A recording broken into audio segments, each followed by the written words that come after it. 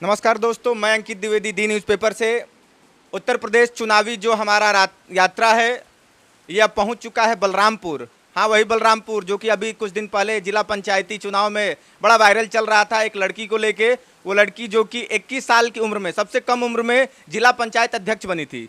जिला पंचायत सदस्य बनना थोड़ा सोचा जा सकता था, लेकिन जिला पंचायत अध्यक्ष बनना एक बड़ी खबर चली थी और पूरे देश में जितनी भी यूनिवर्सिटी थी, जितने भी छात्र थे, जितने भी छात्र संघ के लोग थे, सब लोग इसको डाल रहे थे, इसकी सराहना कर रहे थे और सभी चाहते थे कि इनसे बात किया जाए, इनको सुना जाए कि आखिर इस तरह का चीज़, इस तरह का परिवर्तन उत्तर प्रदेश में कैसे आया। हम वहाँ पहुँचे, उनके घर पहुँचे हैं और उनसे बात कर रहे हैं कि उनकी चुनावी राय क्या है, उनका जो इस तरह का सफ़र है वो क्या है। और कुछ लोग भी बैठे हैं, जनता भी बैठी है, उनसे भी बात करेंगे। तो सबसे पहले तो बहुत बहुत स्वागत है आपका। जी धन्यवाद। पहले तो आरती जी ये बताइए कि ये अचानक ये ख्याल कैसे, बीए तृतीय वर्ष की छात्रा और जिला पंचायती चुनाव में, ये कैसे? हमारे यहाँ हमारे चाचा और हमारे पापा पहले से ही, हमारे पूरे परिवार पहले से ही राजनीति में था, मतलब छोटे मोटे भाजपा के सदस्य थे। तो मेरे पापा प्रधान भी थे और हम उन्हीं की प्रेरणा लेकर राजनीति में आए। और जैसे नौकरी करके तो किसी की मदद नहीं की जा सकती है ना, तो हम सोचे कि राजनीति में आए जिससे सब लोगों की मदद कर सकते हैं, मदद करने का प्रयास कर सकते हैं। राजनीति में आकर मदद करने का प्रयास कर सकते हैं। अभी आप कॉलेज जाती होंगी तो लड़कियां, मतलब आपकी सहेलियां होंगी, साथ की होंगी, वो समझती है जिला पंचायत अध्यक्ष या उसी तरह दोस्ती वाला वही हरकत? जी, सब लोग बहुत खुश होती हैं और कहती हैं कि हम लोग के लिए गर्व की बात है कि लड़कियों में से कोई आगे बढ़ा और लड़कियों को और युवाओं को भी ये संदेश मिला कि वो कोई भी कार्य कर सकते हैं। सशक्ता के साथ कर सकती हैं। लेकिन आप देख रहे हैं जिस तरीके से उत्तर प्रदेश की बात की जाए तो कहा जा रहा है कि उत्तर प्रदेश में पहले की सरकारों की अपेक्षा अपराध बढ़ गया है, बलात्कार बढ़ गया है, लड़कियों के साथ शोषण बढ़ गया है। मतलब ये सरकार फेल है इस समय, आपको लगता है क्या? जी नहीं, हमें ऐसा कुछ नहीं लगता है। माननीय योगी जी ने, माननीय मोदी जी ने जो भी कानून चलाए हैं, सुरक्षा व्यवस्थाएं चलाई हैं, उससे गुंडागर्दी और तमाम ऐसे कानून जो ख़त्म हो गए हैं और उनकी जो कानून व्यवस्थाएं बहुत अच्छी हैं। आप तो क्षेत्र में भी जाती होंगी, कभी घूम रही होंगी या फिर चीज़ों का निरीक्षण करती होंगी, कैसा लगता है आपको? जी, हमें बहुत अच्छा लगता है। और जहाँ की सड़कें ख़राब है, जहाँ पे स्वास्थ्य शिक्षा का अभाव है, हम सोचते हैं, प्रयास करते हैं कि वहाँ की सड़कें सजवाई जाएँ और जो बच्चे पढ़ना चाहते हैं उनके लिए, जैसे क्षेत्रीय गाँवों में विद्यालय की व्यवस्थाएं तो हैं लेकिन वहाँ पे अच्छी पढ़ाई नहीं होती है। तो हम चाहते हैं कि उस स्कूल को और मॉडर्न बनाया जाए, बच्चों के लिए कुछ और किया जाए। हमारे क्षेत्र में पढ़ा शिक्षा का अभाव बहुत कम है, लड़कियां हमारे यहाँ पढ़ने नहीं जाती हैं। तो हमारे चाचा ने ये सोच के मुझे राजनीति में लाया कि हमको देखकर जैसे और लड़कियां हैं वो भी प्रेरित होंगी और उनके माता पिता भी उनको स्कूल भेजेंगे कि वो भी पढ़े और आगे बढ़े, जिससे उनके बाप माँ का नाम भी रोशन हो और राष्ट्र के निर्माण में भी वो सहयोग करें। राष्ट्र के निर्माण में सहयोग कर, अभी इन्होंने चाचा जी का नाम लिया, चाचा जी भी हमारे साथ है। सर एक बात बताइए कि जिस तरीके से इन्होंने कहा कि चाचा जी ने ये सोच के लाया कि जो बेटियां हैं वो भी आगे बढ़े, तो ये आप कब से इस चीज़ को समझ रहे हैं और ये चीज़ करने का आपके मन में कहाँ से दिमाग आया कि भाई किया जाए, बच्चियों को आगे बढ़ाया जाए? क्योंकि जो योगी सरकार है, मोदी सरकार है, वो भी बेटियों को आगे बढ़ाने के लिए प्रोत्साहित कर रही है, लगातार योजनाएं ला रही है, लेकिन आप कब से इस चीज़ को देख रहे हैं? ये हमारे सनातन संस्कृति का ही एक अंग है। जैसे हम लोग पढ़ते हैं ना बचपन से कि यत्र नार्यस्तु पूजन्ते रमन्ते तत्र देवता। हमारे धर्म में, हमारे संस्कृति में ही नारियों की पूजा, नारियों को प्राथमिकता दी गई है।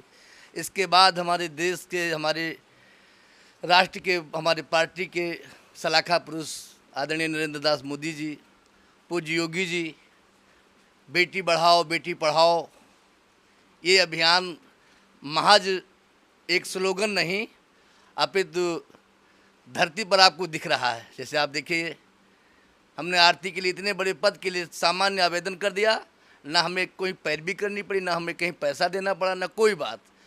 एक सामान्य एप्लीकेशन की हमारी लड़की का ये उम्र है, 21 साल उम्र है, पढ़ी लिखी है। मान्यवर से निवेदन है कि अगर उचित समझे तो सेवा के लिए उसको जिला पंचायत अध्यक्ष का समर्थन करें। हमारी पार्टी ने बिना किसी हिचक के, झिझक के हमारे एप्लीकेशन को बिना किसी शोर सिफारिश के स्वीकार कर लिया। ये इस बात का जीता जागता उदाहरण है कि वास्तव में हमारे मोदी जी, हमारे योगी जी या हमारी पूरी पार्टी वास्तव में बेटियों को कितना पढ़ाना चाहती, कितना बढ़ाना चाहती है।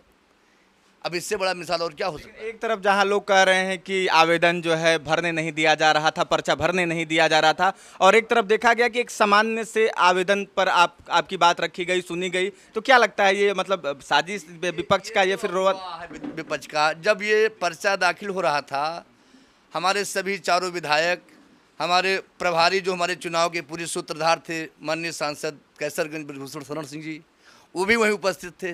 सभी लोग सारे सक्षम अधिकारियों के सामने उपस्थित थे। अब कौन उनको रोक रहा था कि पर्चा ना भरो, कौन उनको क्या कर रहा था, अब ये तो भाई वो लोग जाने।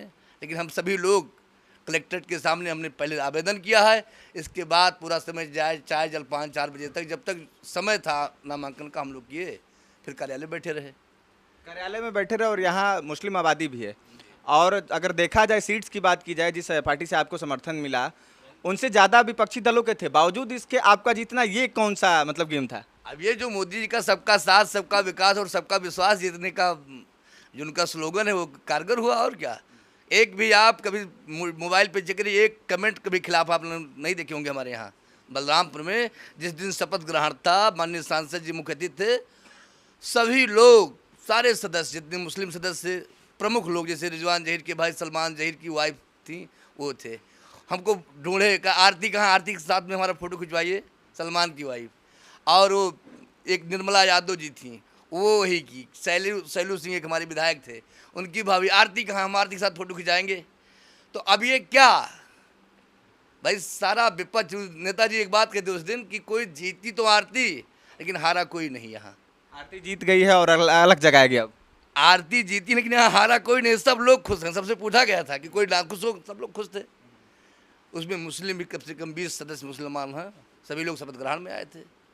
सभी लोग, अगर हम लोग जोर ज़बरदस्ती या कोई ऐसी बात करते तो शपथ ग्रहण में आए, बड़े खुश थे, सब खाए पिए, फ़ोटो खिंचवाए, सबका फ़ोटो है, सब लोग बड़े खुश हैं। डर के मारे आए थे या फिर काम से? अब ये डर होता, डर के कहे आएगा कोई। लोग तो कह रहे हैं कि डर के मारे सत्ता का दुरुपयोग हुआ। ये आरोप है लोगों का। आप बताएं तो कि मोबाइल पे कभी आप एक खिलाफ कमेंट नहीं देखे होंगे।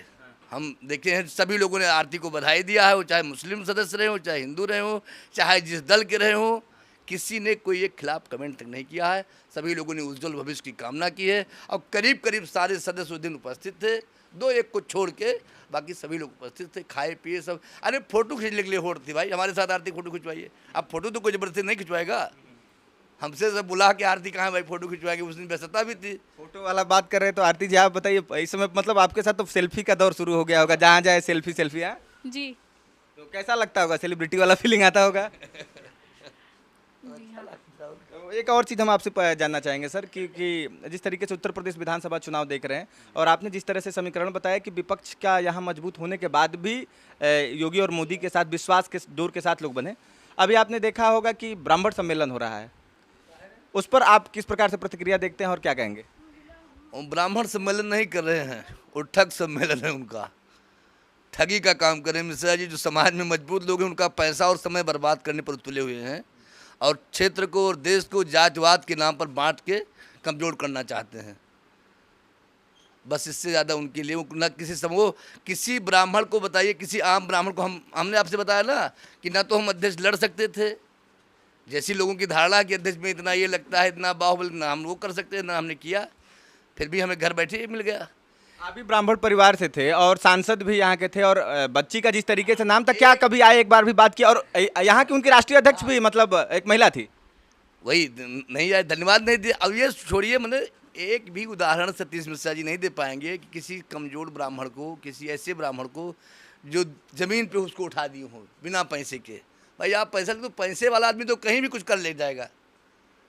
वहाँ जो बसपा का वो बता रहे हैं कि सब बात भूल जाओ, बहन जी के साथ बड़ा हित है। बहन जी के साथ बहन जी के लोगों का हित नहीं है, मान्यवर कांसीराम के परिवार को नहीं हुई तो और किसको क्या होंगे। सब सिर्फ छलावा है, और ब्राह्मणों को उसमें गुमराह नहीं होना चाहिए। सबको एकजुट होकर के, हमारे मंडल का देखिए, हम लोग तो जात पात पे विश्वास नहीं रखते हैं, लेकिन पूरे मंडल का देखिए 3-3 सीटें हम लोगों को मिली, बिना इसमें कोई बहुत बड़ा पृष्ठभूमि का नहीं था। एक श्रावस्ती वाला छोड़ दीजिए, बाकी चाहे गोंडा के घनश्याम जी हों, चाहे हम लोग हों, तो ये पार्टी की ही तो अनुकंपा है। अच्छा, अच्छा, यहाँ मुस्लिम वोटर भी बहुत ज़्यादा रुझान है आपकी तरफ, तो क्या ये आप लोगों का जो कार्य है इसका प्रभाव भी योगी सरकार पे पड़ने वाला है, जो आप लोगों से जुड़ाव है? बिल्कुल बिल्कुल पड़ेगा।